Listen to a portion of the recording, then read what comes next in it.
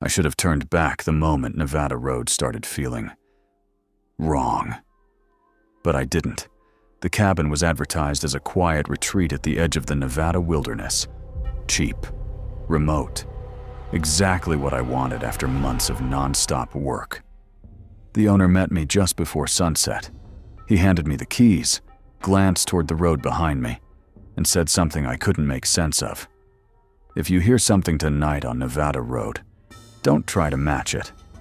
What does that mean? He shook his head. You'll understand if it happens. Then he drove away.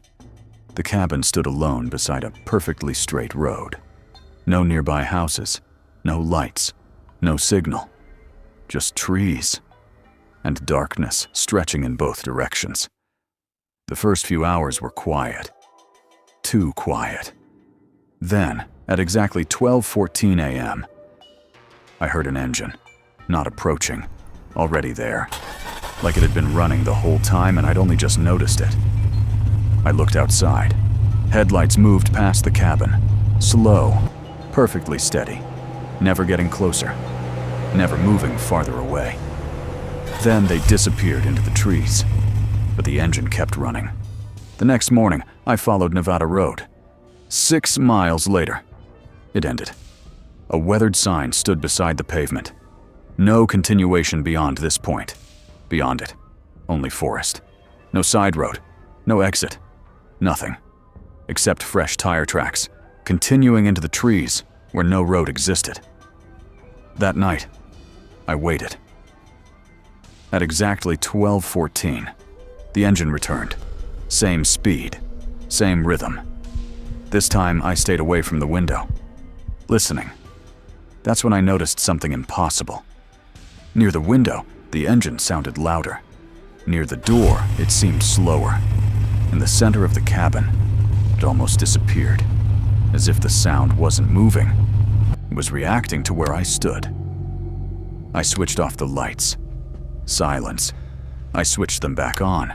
The engine returned instantly. I repeated it twice, same result. Then curiosity got the better of me. I stepped outside. The road was empty. No headlights. No vehicle.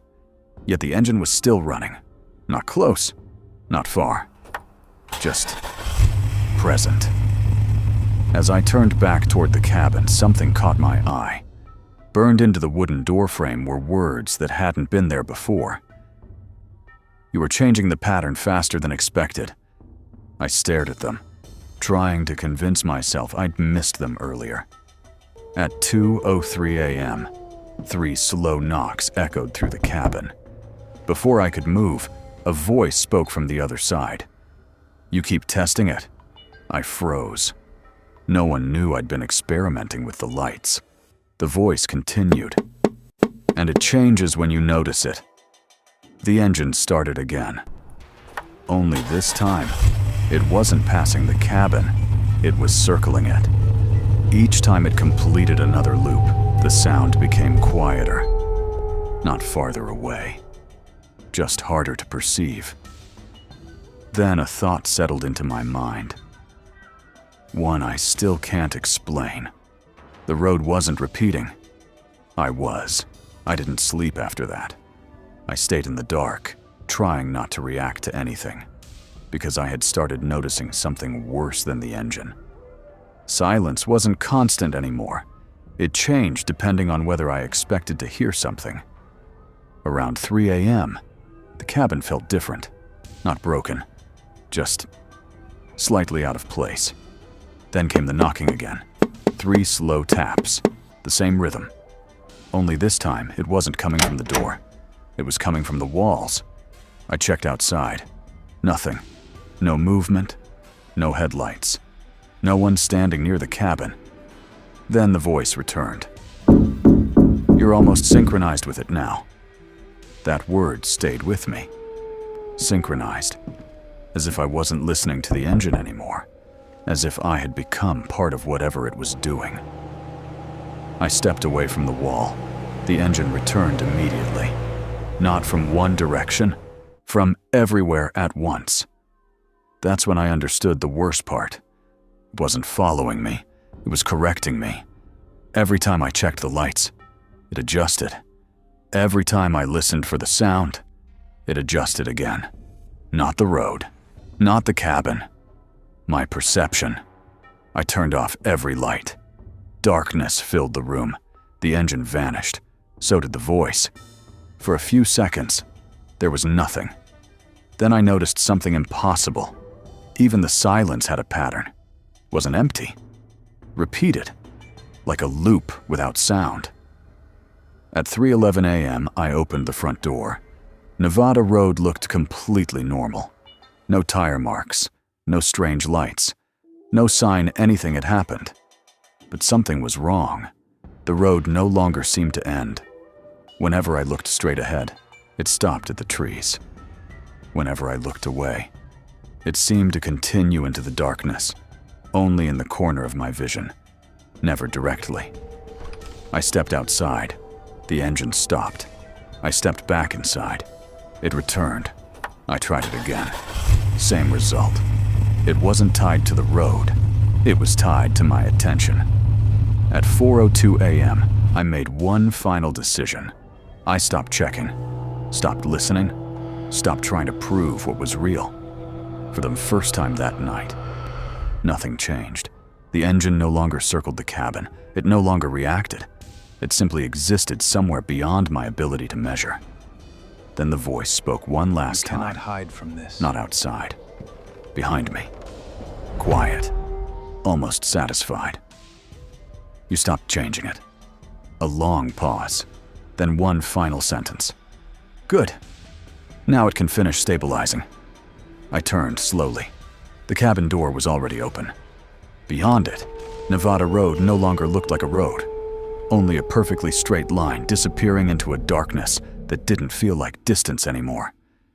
And in that moment, I understood what the owner had tried to warn me about. The engine had never been driving past the cabin. It had been mapping me into the road. And the moment I stopped resisting, the pattern was complete. The first time I noticed the man in the parking lot, I made the same mistake most people would. I assumed he belonged there. If I had trusted the feeling I got instead, I never would have gone back. For the last 3 years, I had worked the overnight shift as a radiology technician at a regional hospital outside Portland, Oregon. My shift ended at exactly 2:30 every morning. By then, the emergency room usually became quiet. The waiting room emptied. The elevator stopped opening every few seconds. Even the fluorescent lights seemed quieter. I'd liked that part of the night. The hospital finally felt honest. The employee parking lot sat behind the building, separated from the public entrance by a narrow service road. Nearly 200 parking spaces stretched beneath rows of aging light poles, but after midnight, fewer than 20 cars usually remained. Everyone parked close to the entrance. Nobody wanted to cross the darker end of the lot alone, including me. The first night I saw him was a Thursday in early October. The air was cold enough that my breath fogged the windshield before I even unlocked my car. I noticed him because he wasn't walking. He wasn't smoking. He wasn't looking at his phone. He simply stood beside an old silver sedan near the last row of parking spaces, hands in his jacket pockets, head tilted slightly toward the hospital. He looked like someone waiting for a family member to finish surgery. Nothing about him seemed threatening, just strangely still. I unlocked my car, drove home, and forgot about him until the next night. Same parking space, same silver sedan, same posture. He hadn't moved so much as a few feet. I remember joking to one of the nurses before leaving. I think that guy's trying to break the world record for standing still. She frowned. What guy? The one by the silver car. She followed the direction I pointed. There isn't anyone over there. I laughed. No, seriously. She looked again. I think you're looking at one of the light poles. That answer bothered me more than it should have. Not because she disagreed, because she genuinely looked confused, as if she had no idea what I was talking about. The third night, I paid closer attention. The sedan hadn't changed position. The wheels were turned exactly the same way. Even a dead leaf trapped beneath the front tire hadn't moved. It looked less like a parked car, and more like part of the parking lot itself. When I reached my own car, I glanced back. For the first time, the man wasn't facing the hospital. He was facing me. The distance between us was too great to see his face clearly. But I knew he wasn't just looking in my direction. He was looking directly at me. I unlocked my car without taking my eyes off him. As soon as the interior light came on, he lowered his head again. It happened so naturally that I almost convinced myself I'd imagined it. Almost. The following Monday, heavy rain flooded most of the lower parking lot. Water pooled around dozens of vehicles. The maintenance crew blocked off 2 entire rows. When my shift ended, nearly every employee had parked somewhere different. Every car, except the silver sedan. It was still in exactly the same place, not an inch farther forward, not an inch back. The rainwater flowed around its tires as if the car had been sitting there for weeks. That didn't make sense. Hospitals tow abandoned vehicles after only a few days. Yet nobody seemed to notice it. The next morning, I asked one of the security supervisors if they knew who owned the sedan. He pulled up the parking registration database. Nothing. No silver sedan. No matching plate. No record of a vehicle occupying that space. I asked if the cameras covered that area. "They cover every row," he said. Then he smiled. "If someone's been parking there every night, we'll know. I don't know why." But that answer made me feel better. For a few hours anyway. That night, I stayed after my shift ended. Not because I had more work to do, because I wanted to watch the security footage myself. The supervisor signed me into the monitoring room just before 2:20 a.m. 16 camera feeds covered nearly every corner of the hospital grounds. Camera 12 overlooked the employee parking lot. The silver sedan's parking space was visible near the upper right corner of the screen. It was empty. Completely empty. I felt embarrassed. Maybe I had been more exhausted than I realized. Maybe the nurse had been right. Maybe I had spent 3 nights staring at a light pole. At exactly 2:31 a.m., employees began walking into the parking lot. One by one, cars pulled away.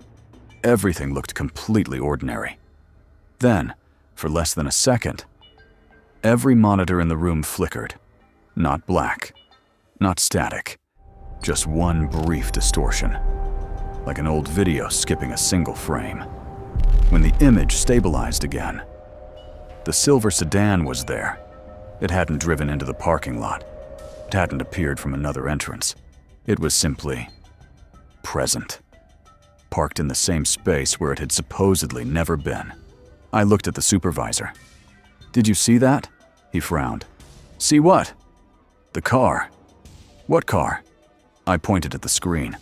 My finger was shaking. "The silver sedan." He stared at the monitor for several seconds before looking back at me. "I think you're pointing at an empty parking space." I stopped speaking. Not because I believed him, because I realized he wasn't pretending. He genuinely couldn't see it. I left the monitoring room without another word. Outside, the air felt colder than it had all week. The parking lot was almost empty now. Only a handful of employee vehicles remained. And there it was. The sedan. Exactly where it had been on the screen. Exactly where nobody else seemed able to see it. The man stood beside the driver's door, motionless. For the first time, I decided not to look away. Nearly a full minute passed. He didn't blink. He didn't shift his weight. He didn't breathe. Not that I could tell from that distance. He simply stood there, watching. Then something happened that made my stomach tighten. A woman from housekeeping walked directly across the parking lot. She passed within a few feet of him. She never slowed down, never looked at him. She walked as though the man and the car weren't there at all. I waited until she reached her vehicle. Then I caught up with her. "Can I ask you something?" She smiled politely. "Sure." "Did you notice the man standing over there?" She followed my gaze. For a long moment, she said nothing. Then she looked back at me. "Are you feeling okay?" "There was a man. Right there." She hesitated. "The only person I saw out here was you." I didn't answer. I couldn't. I got into my car and locked the doors. As I started the engine, I looked through the windshield one last time. The man had finally moved. Not toward me, not away from me. He had simply turned. Now he was facing the hospital entrance again, exactly as he had on the first night. Like the last several minutes had never happened. I pulled out of the parking space. As I reached the exit gate, something caught my eye in the rearview mirror. The silver sedan's driver's door was open. The man was gone. I slammed on the brakes. There was no one walking through the parking lot. No figure between the cars. No sound of footsteps. Nothing. Just the empty sedan. Waiting. My phone buzzed suddenly, making me jump. It was a notification from the hospital's employee app. I almost ignored it. Then I noticed the time. 2:47 a.m. The message contained only one sentence. Employee 18427. Thank you for returning to your vehicle. I stared at the screen. That wasn't unusual. The hospital sometimes sent automated parking notifications. Except, my employee ID wasn't 18427. And according to the app, I hadn't clocked out yet. I looked back toward the parking lot. The sedan's door had closed again. The man was standing beside it. This time, he wasn't looking at the hospital. He was looking directly at the security camera mounted above the exit gate. And for the first time since I had noticed him, he smiled. I drove home telling myself there had to be an explanation. The app had glitched. The security cameras had skipped a frame. The nurse hadn't noticed the man because she wasn't paying attention. Every explanation sounded reasonable. Until the following night. I almost turned my car around before I reached the hospital. Instead, I parked in the public garage across the street. It added nearly 5 minutes to my walk, but I wanted to avoid the employee lot completely. For most of the night, it worked. I stayed busy. CT scans, trauma patients, portable x-rays. By 2:30 in the morning, I'd almost convinced myself the previous week had been nothing more than exhaustion. Then my supervisor stopped me as I was leaving. "Did you move your car?" "No." He looked confused. "Security says your employee permit was scanned entering the staff lot about 10 minutes ago." I laughed. "My car isn't even there." "I know." He handed me a printed incident report. According to the automatic gate system, my employee pass had entered the employee parking lot at 2:18 a.m., while I was still inside the hospital. That shouldn't have been possible. I walked across the street toward the public garage. Halfway there, I looked back. The employee lot was visible through the chain-link fence. The silver sedan was still parked beneath the broken light. And beside it, the man, waiting. I forced myself not to look again. The next afternoon, I couldn't sleep. Instead, I searched old newspaper archives. Not for ghosts, not for haunted hospitals, for parking lot incidents. After nearly an hour, I found a local article from 1998. A hospital employee had disappeared after finishing a night shift. Witnesses claimed she had been seen walking toward her car. She never made it home. Her vehicle was found locked. Nothing had been stolen. The investigation went nowhere. There was only one detail that caught my attention. A co-worker had told police she thought she saw someone standing beside an old silver car before the woman vanished. No one else reported seeing it. I searched again. Another case, 2007. Different employee, same parking lot, Same description. A man standing beside a silver sedan. Again. Only one witness claimed to have seen him. I stopped searching. Not because I was satisfied, because I already knew what I was going to find. Different years, different people. Same man. The next night, I made a decision I still regret. I stayed after everyone else left. By 3 a.m., the parking lot was almost empty. I walked straight toward him. Every step felt wrong. Not dangerous. Wrong. Like I was walking through a place where I wasn't supposed to exist. He didn't react. Not until I was close enough to see his face. He looked ordinary. Late 40s. Gray jacket. Dark eyes. Nothing about him stood out, except his expression. It wasn't threatening. It was sympathetic. Almost apologetic. "You finally came," he said quietly. "Who are you?"